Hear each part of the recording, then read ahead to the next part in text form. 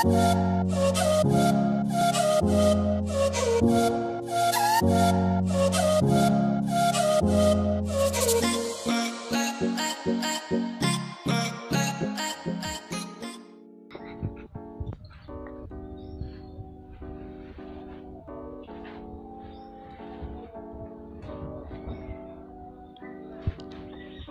beberapa faktor yang menyebabkan acian tidak rata dan tidak halus.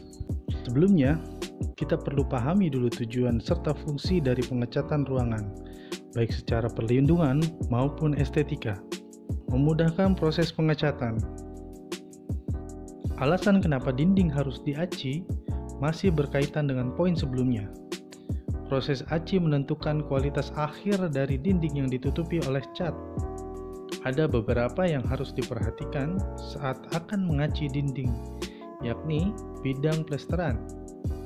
Ini akan berpengaruh pada tingkat kehalusan permukaan dinding nantinya. Agar bangunan lebih kuat. Proses aci yang baik juga membuat pondasi bangunan menjadi lebih kokoh. Salah satu indikator pondasi bangunan yang kokoh adalah membuat dinding menjadi lebih kuat. Tentu, hal ini tidak lepas dari proses pengacian itu sendiri. Proses pengacian akan semakin baik bila menggunakan bahan yang berkualitas, mulai dari semen hingga pasir. Membuat tampilan dinding menjadi lebih indah.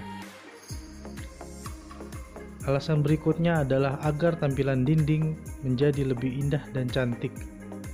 Proses pengacian yang baik akan menentukan warna dinding yang menawan dan tahan lama. Oleh karena itu, Anda harus memastikan proses pengacian berjalan dengan baik demi tampilan dinding yang berkelas. Melihat tujuan serta fungsi dari pengecatan ruangan, baik secara perlindungan maupun estetika, barulah kita tentukan cara atau langkah kerjanya, karena ini adalah salah satu proses kunci dalam pengacian.